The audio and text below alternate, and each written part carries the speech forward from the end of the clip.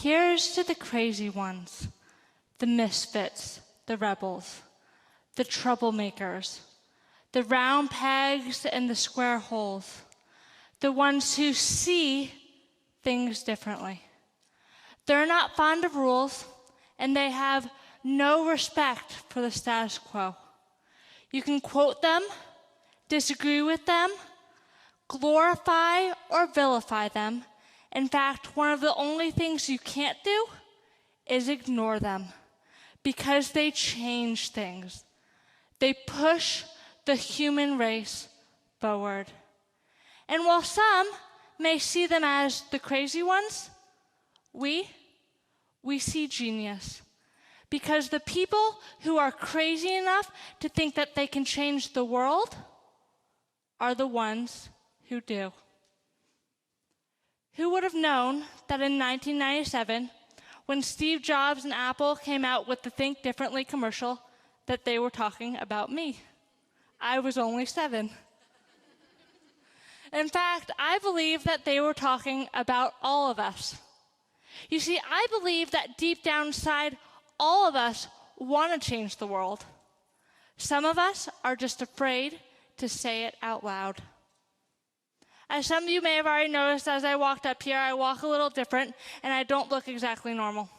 And this is because when I was just 15 years old, I had a stroke. Now, I'm sure you all already know what it means to have a stroke, but can you imagine having one at just 15? You know, I faced a lot of challenges in my life. You see, I'm actually a triplet, and I have an older brother and sister who are twins. So my parents had 2, and then they wanted 1 more and got 3. In fact, everybody's favorite joke growing up was, "What's next, quadruplets?" We didn't find that very funny in my family. Not at all. In fact, they almost named me and my triplet sisters Hope, Faith, and Charity. What a disaster that would have been, right? But I faced a lot of challenges, and I also had a lot of support.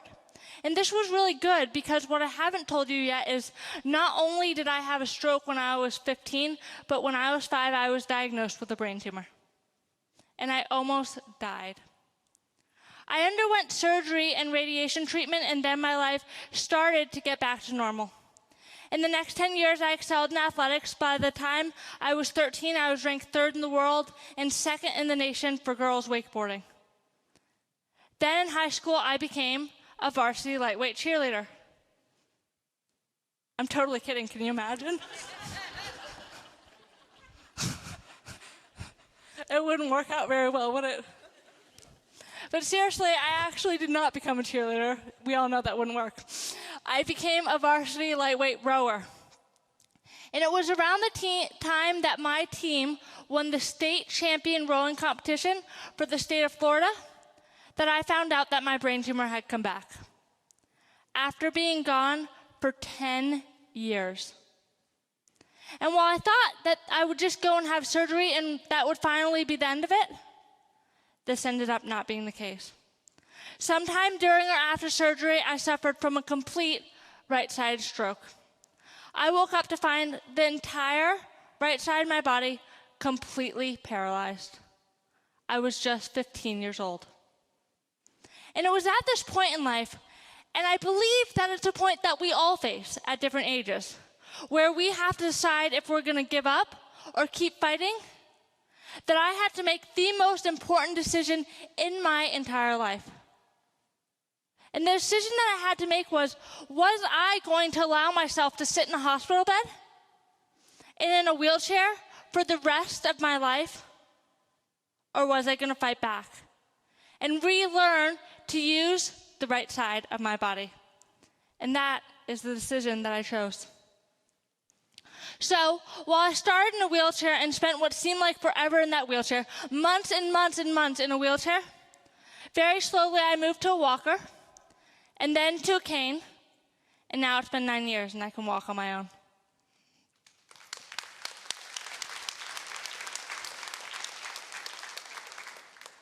In order to survive, succeed, be happy, help others, be a high achiever and a great leader, I would need to learn that in life, there really is no such thing as normal. In fact, recently I went to go speak to a bunch of policemen. And not the kind that you see at like Dunkin' Donuts, but the kind that are big and muscular and walk around with police dogs. So I was already really nervous because, well, they're big and muscular and walk around with police dogs. And so I started to walk inside, and as I walked inside, I noticed that one of the policemen walking inside walked funny like I do. He walked with a limp. This meant that we immediately had something in common. And because we had something in common, I decided to approach him. And as I approached him, I introduced myself, and I said, "Hi, my name's Kelsey. I noticed that you walk funny like I do. You walk with a limp. I had a stroke when I was 15. What happened to you?" And he said, "Well, actually, I stepped in dog poop about 5 feet back, and I'm just trying to get it off my foot."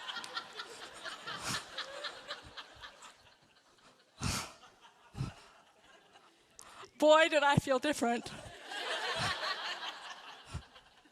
But be assured that in life, we all feel different sometimes, right? And we all have challenges. But in life, we have the power and ability to see our challenges and differences, as well as the challenges and differences of other people, differently. In fact, it was at the age of 17, less than 2 years after I had a stroke, that I wrote the following poem. This poem has actually gone on to be published and gives a very clear definition of how different I felt and how hard the challenge was for me after I had a stroke. This poem is called "The Aquarium." "I do not really care for fish," she said, when asked if she wanted to visit the aquarium.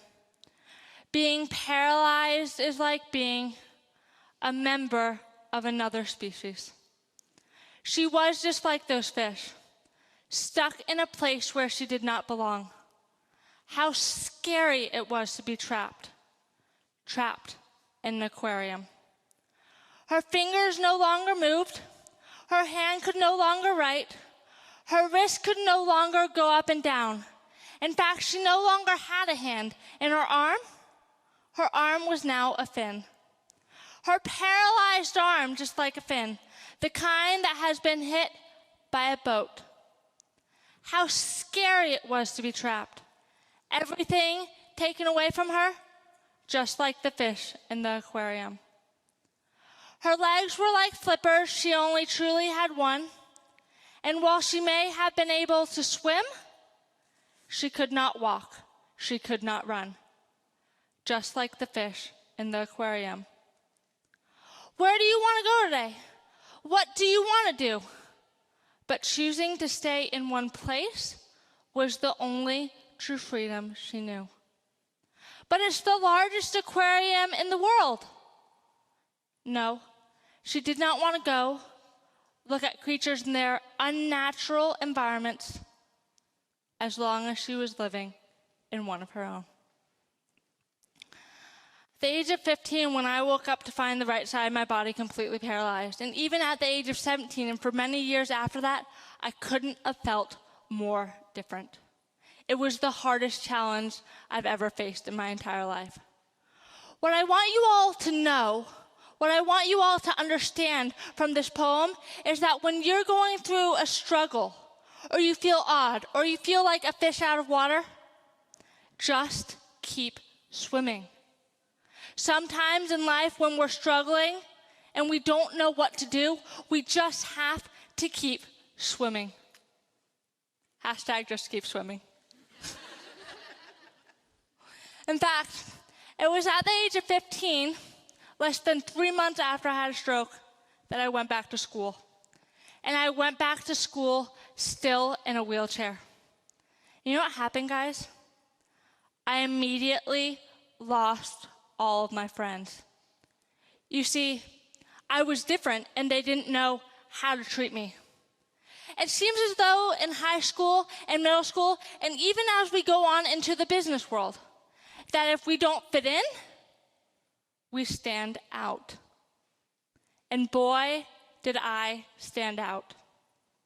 But as soon as I got out of that wheelchair, moved past that walker and past that cane, and could finally walk on my own, I realized something.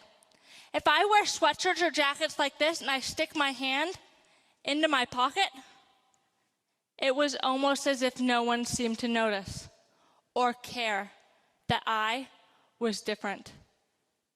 And for the longest time, I kept my hand in my pocket and tried to hide my disability and my differences to fit in.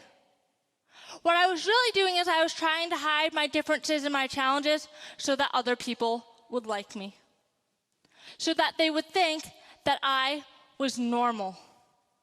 You see, I felt normal if I could stick my hand in my pocket, so when I hid what happened to me, I thought that others might accept me.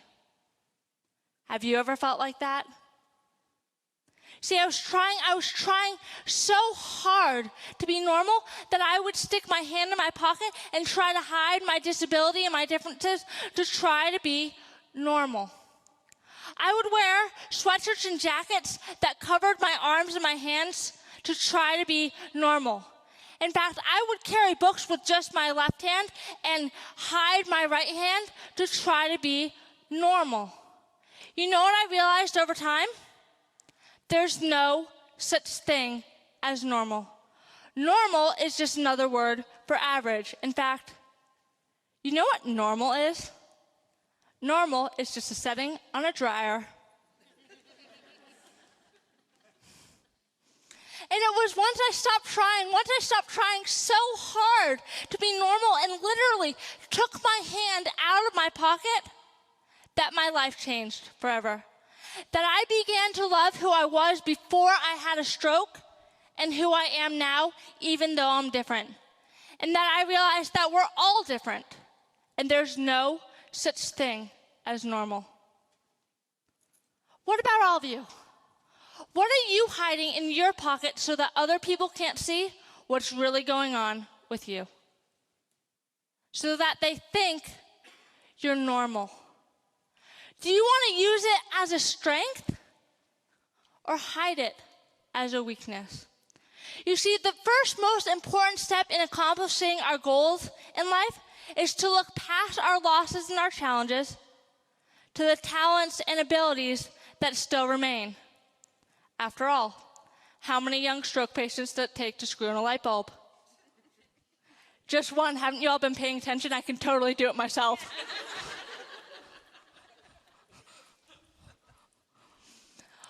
What I hope you all have been able to learn from our time together today is that in order to survive, succeed, be happy, help others, be a high achiever and a great leader, we need to realize that in life, there's no such thing as normal. The misfit, the rebel, the troublemaker, the round peg and the square hole. Which one are you? Aren't we all not normal? I believe deep down inside, each and every one of us wants to change the world. Some of us are just afraid to say it out loud. But the people who are crazy enough to think they can change the world are the ones who do. Thank you.